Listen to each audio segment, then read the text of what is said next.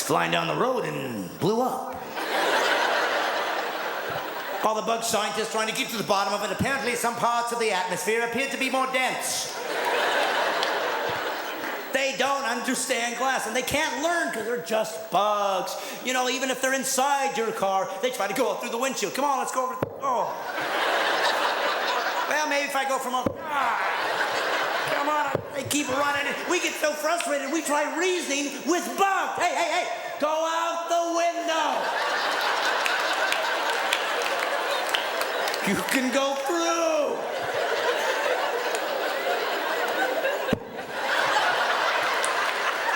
They don't know.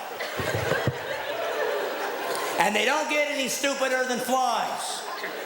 They gotta be the dumbest bug there ever was. Flies understand one concept, in. Open the door, what do they do? 50 of them. Close the door, they're right on top of that thing. Open it to let them out, what do they do? Oh no. We're not falling for that again. They don't get it. They're bugs. So care about them. Love them. Yes, that's why I'm a vegetarian, because I don't want to kill animals. Well, really, you shouldn't be a vegetarian, because I guarantee you, in harvest, you're killing some bugs. You can't eat anything to be a true humanitarian. Don't live in a house. You're going to be over some kind of ground that's probably hurting some bugs and a mole or two. The only true way to care about animals as a human is to not exist. Eliminate yourself, and then you'll truly be a humanitarian. But they don't. They don't because they think it's wrong to hurt a bug or an animal, and they've never taken 2 minutes to realize where the concept of wrong comes from. Because atheists don't have right or wrong. They'll say they do, but they're actually using borrowed capital from Christians who created the idea of right and wrong when God Almighty said, you will not abuse children. Men and women are equal. Slaves will be set free. You will have hospitals to tend for those that you don't even know. This is a culture that has been changed because of one man, Jesus, who said, I'm going to change the world. And he did. And that's what I'm talking about, having a worldview that has repercussions, that people understand where they're going. And it's gotten so crazy in this country, we can't even interact anymore because everybody's too sensitive. Too sensitive nowadays, yes. I went into a Chinese restaurant. I love Chinese food. I love Chinese people. I love China. I'm a China fan. Old culture, they invented things, abacuses and gunpowder and good stuff we need. If it wasn't for them, our 4th of July would have been a lot less festive. Let's face it, folks. It would be like a, woo! Okay. I love Chinese people. I love Chinese food, so I went in to get some Chinese food, and I wanted to eat, and I was hungry. You know what they had for me to eat with? Chopsticks, and that's okay. It's a Chinese restaurant. But I said, you know what? I can't use them. I need a knife, a fork, and a spoon, and they didn't have any. Now, this is where I started getting a little testy. First off, do I look like I should be proficient with chopsticks? No, that's not against anybody. I don't know how to use them. I'm an American. I mean, matter of fact, every other ethnic restaurant I've ever been to has a knife, a fork, and a spoon. Every single one of it. And they've never expected me to be proficient in their cultural heritage. Never gone to an Italian restaurant yet, and they go, here's your spaghetti, but first, play the mandolin. Every restaurant always has a knife, a fork, and a spoon. You know why? Because we figured out that it's better than sticks. That's why we gave up on sticks a couple thousand years ago.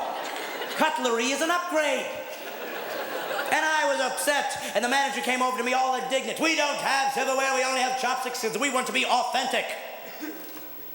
And I said, as a comedian, oh, you want to be authentic? Okay, let me get this straight, Bob.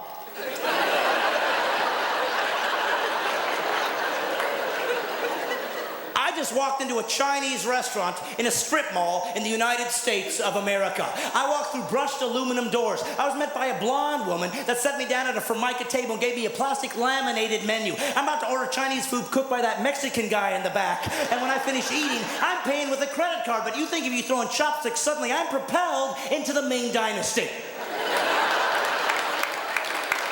What delusion are you living in? I mean, you're gonna have to give me a chance to suspend my disbelief. Why stop at chopsticks? I'm gonna need a whole I reject modern technology theme day so I can be prepared. I'll wake up to the sound of a rooster outside of my window. I'll look down at the sundial to see what time it is. Then, taking my clothes down to the nearest stream, I'll beat them with a rock to get them nice and clean. Then I'll come back in and call a girl up and see if she wants to go to a Chinese restaurant. But I won't use a phone. I'll use a telegraph, or better yet, smoke signals. Then I'll go pick her up in my best Roman chariot, and once we get over there to eat, I'm not going to pay with a credit card. I'm going to pay with 3 hands, a woven blanket, and some beads. And then when we go home, I'm not walking her to the door. I'm hitting her over the head of the club and dragging her by the hair. Now when you throw in chopsticks, I get it.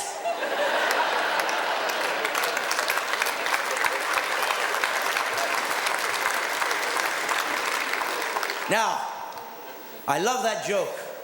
I'll tell you why. First off, I love watching the faces of all the people going, man, you're taking this chopsticks thing a little too seriously, don't you think? And the answer is yes. I'm taking it way too seriously. That's why it's funny. It's called satire, sarcasm, using a ridiculous scenario to make a finer point. Why do I tell you that? Because I did this show at a chapel at Pepperdine University. And then I was hired to do another show later on down the road, and I was fired. And I called the booker up and said, what happened? Been fired. Why? You did the chopsticks joke. And I said, yes, but if you listen to the chopsticks, it's just simply me making fun of the fact I can't use them, and I just figured, we should be using silverware right now. We're Americans. I'll never forget what the guy said. He said, yes, but you said that silverware was better than chopsticks.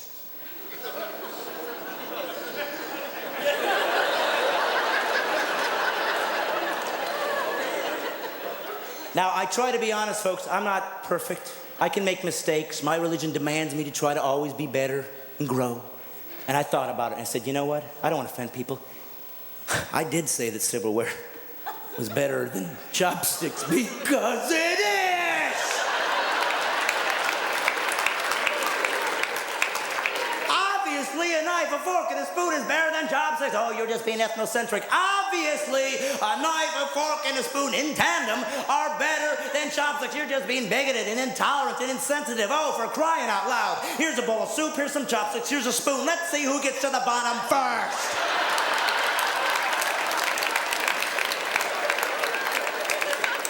If you like to use chopsticks, fine. But if you think that everybody should learn how to use them and you don't understand why I'm so crazy, put a helmet on! See, 2 kids got out of the show and wouldn't complain. They wouldn't complain. And I got fired. I'm not going to tell you the ethnicity of these 2 kids. But you can pretty much rule out their last name was Rodriguez. And that's okay. I mean, they have the right to do that. But here's why I bring it up. Because after the show, a young black man came up to me. He said, thank you for your show. It really made me think. Another guy came up to me and said, I'm a vegan, the most radical form of vegetarian. He said, I thought your animal rights stuff was funny. Another girl came up to me and said, hey, I'm going to start wearing fur now, kind of joking. Another guy said, hey, you should be a libertarian. Another kid came up to me and said, will you come speak at our Young Republicans convention? Unsolicited. I had all these different ideologies, cultures, and religions, politics come up to me and tell me thank you.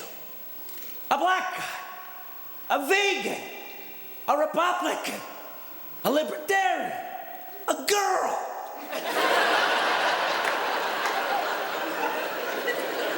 Representing the whole of America and all the kids that never got to see a show and get to make their own choices because 2 people were offended by something that isn't offensive. I don't call that sensitivity, I'll call it censorship. And so a university that is supposed to be teaching kids all types of thought, even dissenting viewpoints, took the high road and fired me. Shame on you, Pepperdine.